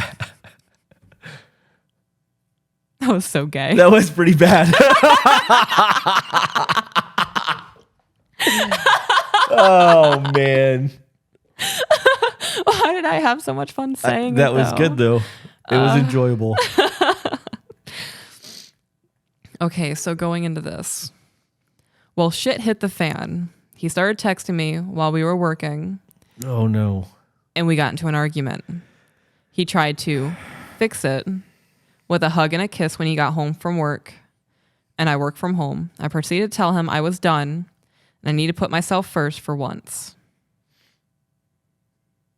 Put herself first, how? See this? Right. Guys, I know, fucking people, I know that we live in the technology age where we are more comfortable having a digital conversation with somebody versus looking them in the eye and talking to them. Mm-hmm. We live on a screen. So Right. we are more comfortable in a digital world having a conversation. It's because you don't have to deal with tone inflections, Right. anger, frustration, a change in their face. Right. You don't have to see any of it. You're not there. You can Right. say everything. They can reply. You can take a minute to really pause and reflect and then respond. For the love of God, stop having in-depth conversations with your partner over a text message. You can't hear the tone of their voice. You can't read their body language. You don't know the inflection of the way that they're saying things. They're not going to articulate the same on a text message because the words they're using has to be typed out versus what they would say if they use slang or anything else. You are missing 80% of the communication by having a text message conversation. For the love of God, grow up.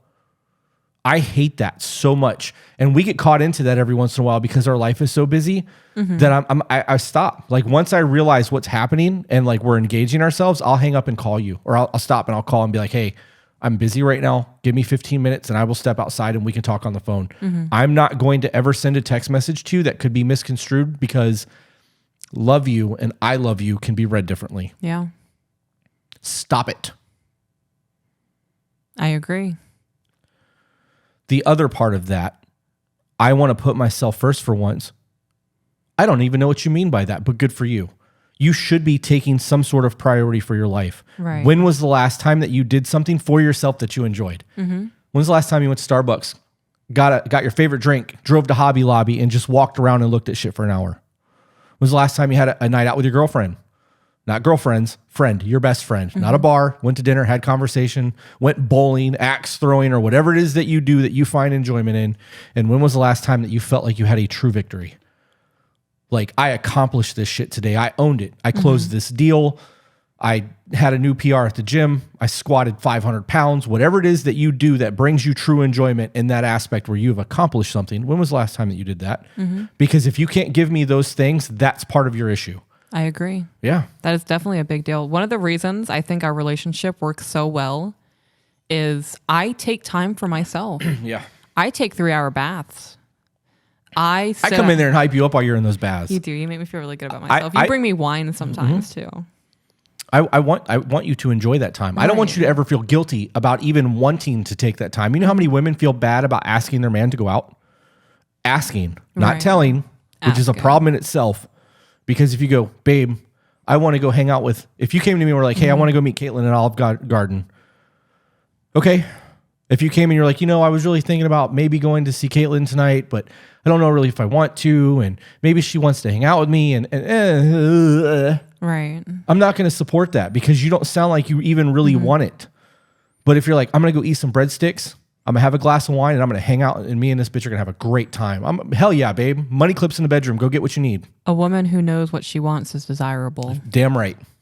It's no different than a man who's masculine and leads to a woman. Yep. So I love it when you're aggressive like that. Assertive, not aggressive. So I like it when you're aggressive sometimes too. Yeah. But the assertiveness does a lot for me because it means I don't have to worry about you doing something that you don't want to do just because you feel obligated to do it. Right. When you're like this, I'm like, hell yeah. Run that shit. Get it, babe. Yeah. You're like, well, then maybe you really shouldn't be doing that. It's a very different conversation, and it all comes from the way that you're handling what you're telling me. Right. I couldn't imagine not voicing how I feel. Like, I used to not do that. A lot of people still don't. There was a situation where we were having legal papers drawn up and I was reading over it. And there was one point where I was like, ooh, that makes me uncomfortable. And I said that out loud. I was like, I don't like that. That makes me uncomfortable. That needs to be rephrased. And it was rephrased. Yeah. There was no beating around the bush. There was no, it was, I told you how that made me feel. That needs to be corrected. Yep. And that was it. It's crazy how that works when you voice your vocal about the things that you want. So you spoke on your points. I want to speak on the point that he tried to fix it with a hug and a kiss when he got home from work. So you've been telling this man that you want more attention, you want more flirting, you want more hand holding, you want more physical touch, you want kisses, all of that kind of stuff. You guys got into an argument. Is it possible he thought, wow, I made her really upset. She's been asking for me for these things. This is going to make her happy when I get home, and then we can talk about it. That's a really good point. That didn't even register in my brain. That's good. Men think like that. He thought he really could have thought he was going to do something that was going to make you happy because you've been telling him you want this intimacy. He comes home and does it to you, and you shit on him. Mm-hmm. That's a damn good point. That sucks. And then that is going to prevent further actions of that because you just stopped it from happening. Right. So you've been complaining about it. He finally implements it, even though you found it at an inappropriate time. He did what you were asking for. And because he did what you were asking for, just because you found that an inopportune time, you shit on him for it. You and I have actually had this conversation. I'm having like the worst deja vu ever in my brain right now. Oh, yeah? We've had this conversation in our living room about in the moment. Oh, it was because of your physical touch thing when we're arguing. You were like, if you were to ever come up to me and put your hands on me and I was mad at you, I would not stop you from doing it because I would not want to teach you that when I'm angry, it's not okay to touch me. Yeah.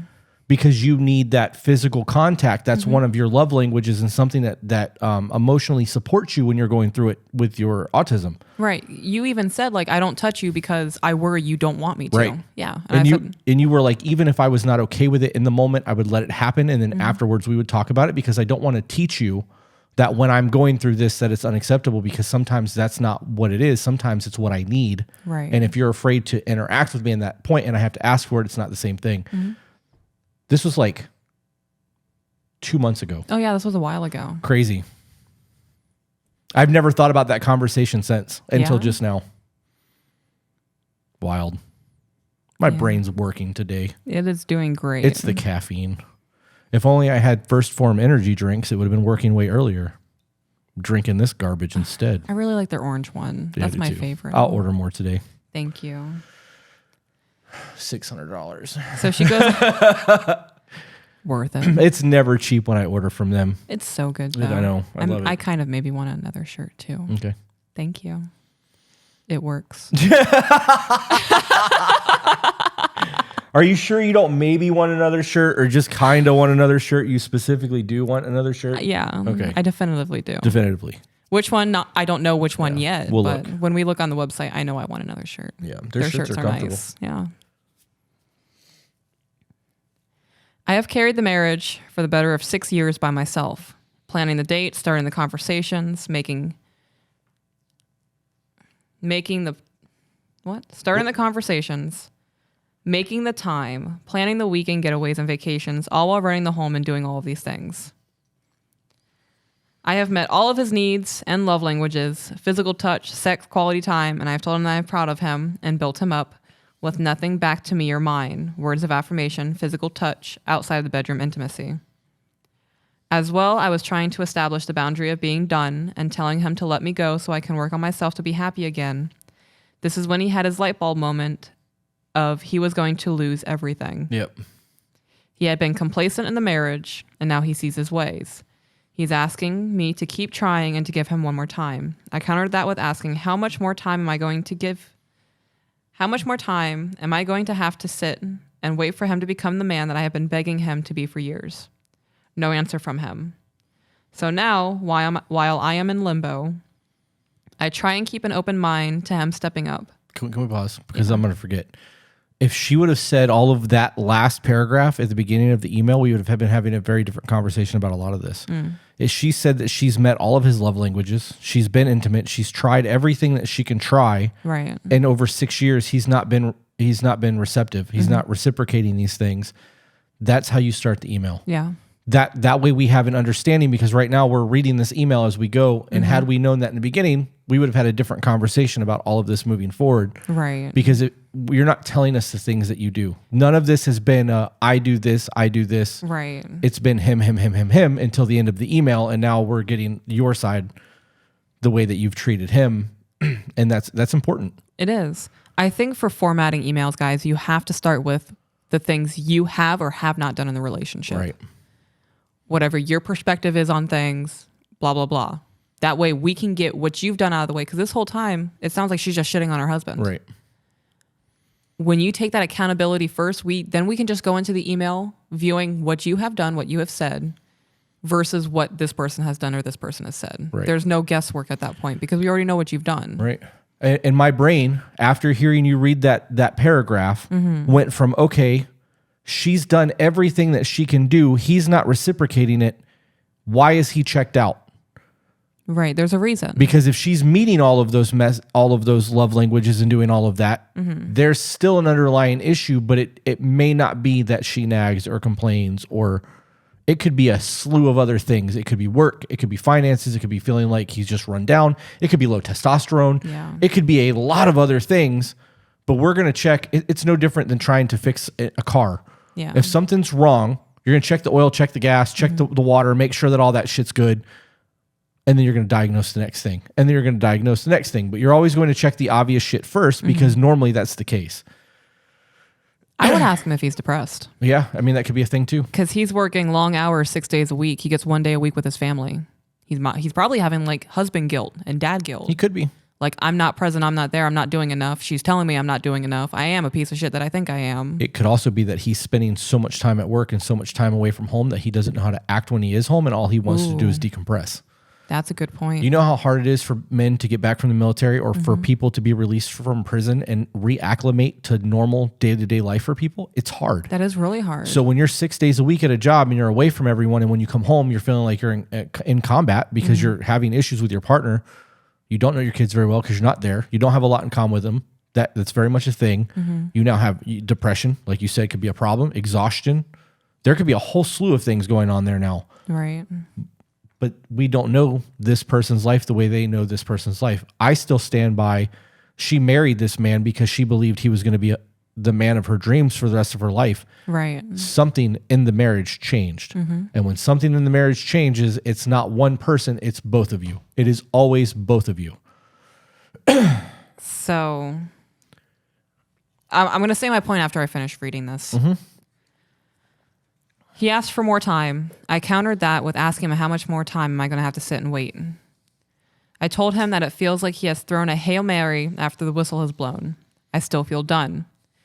He even said I need to give this to him so that he knows he has tried everything. My boundary has been disrespected. I know this. Something to note, I have also told him that my romantic love for him is gone, and he is still trying and putting all of his eggs in one basket. Well, she knows the intimacy is gone. Right. So she said, this is really hard, but really, how does one proceed? Am I asking for too much? Am I the problem? And then she apologizes for being all over the place and confusing. So then we're going to apologize now for triggering the shit out of you, because I know when you listen to this, you're going to be like, what the actual F? Yeah, I am also going to apologize. So since you apologize for being all over the place, I apologize for making opinions based on the information given. Yeah, I won't apologize for that, because that's what people are sending us emails for. Right. I did just kind of shit on this woman. Yeah, though. you did. I really did. Because like we've said prior, when we don't know, we don't read these emails all the way through. No. We skim them, because when we read them for the podcast, we want it to be a genuine reaction and thought process. Organically. Right. Yep. I got to be honest, I still feel the way that I felt about it at the beginning of the email, but knowing that she has trying to match your partner's love language is a big deal. It truly is, because it makes like, you know how you always say, I feel so seen, I feel so heard, I feel so validated. It's because I pay attention to the things that make you tick, and I know how to pull your heartstrings. I know what you need because I've seen it, and I want to provide that for you because it makes you happy. If I treated your love language the way my love language is, we wouldn't be together, because our love languages are very different. That is important to learn those things. Right. So if she's taken the time to actually understand his love language and try to meet those, and has been fighting to keep intimacy, and not fighting in terms of actual complaining and bickering, but actions, then he's the problem. If she's not done those things the way that she should be doing those things, she is also the problem, and people don't want to hear that. I don't think that couples canceling is going to do the answer. I don't think that's going to matter. I agree. I do think that she should read The Empowered Woman. Or Empowered Wife. I think that's going to be a very helpful thing. And it's on Audible. It's a 7-hour book. You can listen to it in a day if you really wanted to. And that's going to help, because it's going to help you understand how the intimacy is with a woman and how you run your house. Yeah. Do you think it's too little too late? Because now he's trying to throw everything at the wall at once, trying to make like a last ditch effort to save things while she's 1 foot out the door.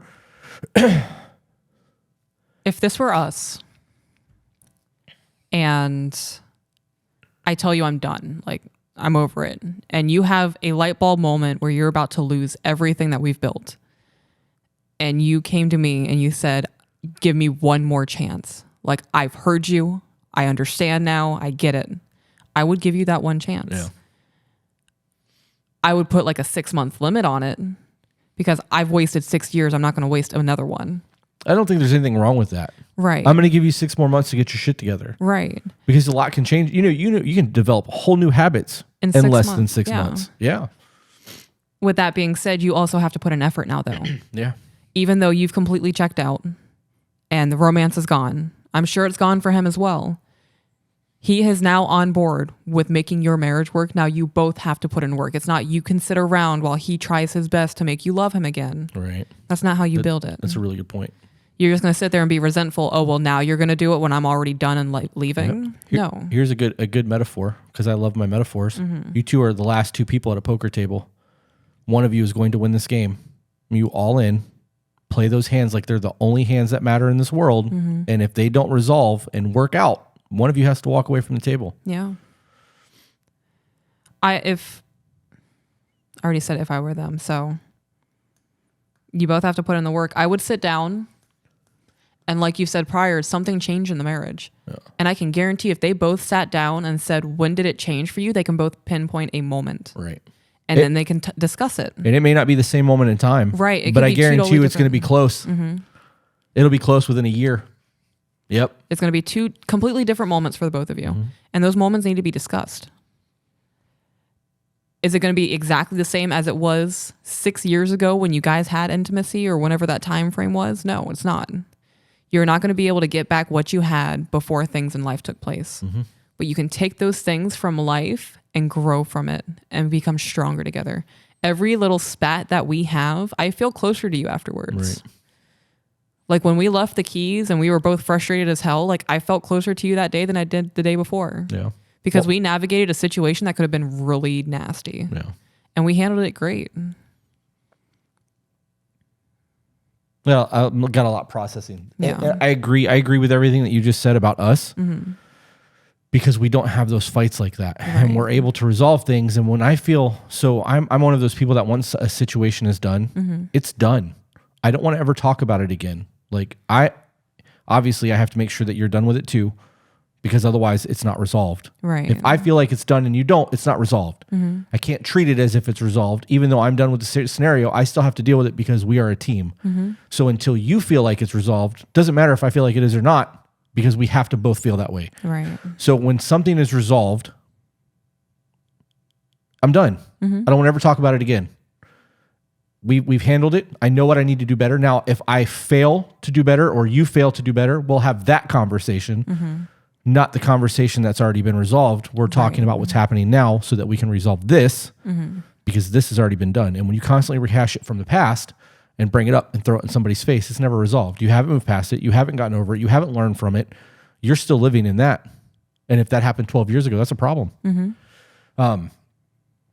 So that's where my brain went. That's why I was staring at you for a minute, because I was like, holy shit, there's a whole lot there. Yeah. I'm also still very much hung up on the all-in thing. If she's going to give this man another chance, she needs to live this like it's going to be a thing. Yeah. And I agree that it'll never be the way that it was 6 years ago. Mm-hmm.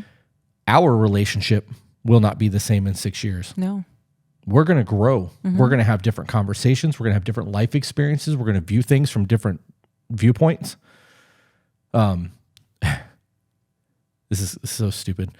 Jocko made a conversation where he was talking about while he was deployed, he was doing training on an oil rig, and everybody that was there was looking down their rifle sights. Mm-hmm. And when you're looking down your rifle sights, everything is a very narrow focus. He dropped his weapon, looked back, and saw the full field of view and started giving orders to his superiors. He was a new guy on the team, he had no business doing that, but he did it.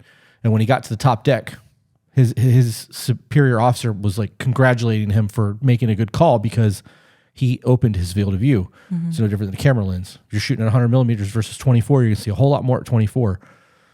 So our field of view as we grow, mm-hmm. it may not be the same. Right. I may be hyper fixated on something for a few years while you're looking at the ultra wide lens of our life. Mm-hmm. And we're not going to be on the same page because I'm looking way down the road and you're like, oh, look at this flower 3 inches from my feet. And I haven't looked down in 6 months. Yeah.